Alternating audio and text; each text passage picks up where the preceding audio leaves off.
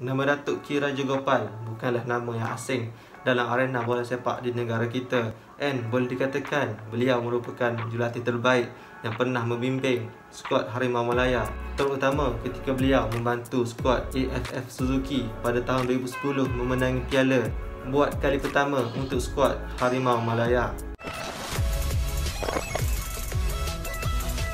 Hai, Assalamualaikum guys.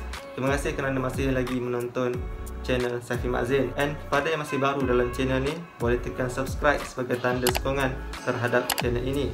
Okey, untuk video kali ni aku nak bercerita mengenai Datuk K. Rajagopal, terutama ketika beliau mula-mula menjejak kaki dalam arena bola sepak negara sebagai seorang pemain bola sepak, and kemudian beliau ke dalam bidang kejurulatihan dan menjadi salah satu jurulatih yang terbaik yang negara kita pernah ada.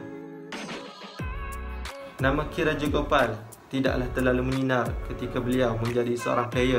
K. Rajagopal hanya memenangi sebanyak 6 kali Piala Malaysia bersama skuad Selangor, and beliau hanya bermain selama setahun sahaja untuk skuad kebangsaan.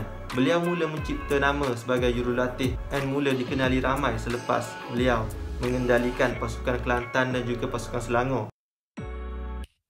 Dan pada tahun 2003 beliau mula mencanak naik selepas beliau mengendalikan pasukan bawah 20, 21 dan 23 skuad kebangsaan. Dan nama beliau mula menjadi sejarah ataupun mencipta sejarah tersendiri ketika mana beliau membawa skuad Harimau Malaya memenangi kejuaraan pada tahun 2009 dan juga 2010. And pada tahun 2009 beliau berjaya membawa pasukan kebangsaan negara kita memenangi Piala Sukan Silaus. Dan ketika itu beliau membawa pasukan kebangsaan kita untuk membenam pasukan Vietnam dengan jaringan 1-0. Dan detik-detik yang paling kita semua tidak akan lupa adalah kemenangan skuad Harimau Malaya ketika mana memenangi Piala AFF Suzuki buat kali pertama dalam sejarah bola sepak Malaysia, ketika membenam cabaran daripada skuad Indonesia. Dan ketika itu skuad kendalian K. Rajagopal berjaya memenangi kejuaraan pada tahun tersebut dengan agregat 4-2 walaupun bermain di Stadium Gelora Bung Karno yang ketika itu dibanjiri oleh ribuan penyokong tuan rumah. Dan selepas kejuaraan AFF Suzuki 2010, nama seperti Khairul Fahmi Cik Mat, Syafiq Rahim dan juga Nur Syarul dalam Telaha serta Safi Salih mula mendapat tinjauan daripada media tempatan ataupun luar negara, and nama mereka mula meniti di bibir penyokong ataupun peminat bola sepak tempatan. Dan pada edisi AFF Suzuki 2012, skuad Harimau Malaya tersungkur di peringkat separuh akhir di tangan Thailand, dan ketika itu nama Rajagopal mula menjadi kecaman ataupun dikritik hebat oleh peminat bola sepak negara kita, dan banyak pihak yang mencadangkan untuk K. Rajagopal meletak jawatan. Dan detik-detik hitam K. Rajagopal sebagai seorang jurulatih selepas beliau ditamatkan kontrak oleh FAM kerana gagal membawa keputusan positif untuk skuad negara pada kelayakan Piala Asia pada tahun 2015. Dan pada bulan 1 2021, nama Rajagopal mula mendapat perhatian selepas beliau diperkenalkan secara rasmi sebagai jurulatih kebangsaan skuad Brunei.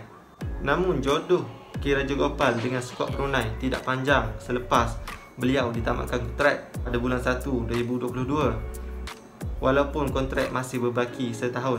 Dan secara kesimpulannya, aku boleh katakan yang sejak 2010 hingga ke hari ini, aku boleh katakan tak ada jurulatih yang boleh memecah rekod Datuk K. Rajagopal ketika membimbing skuad Harimau Malaya.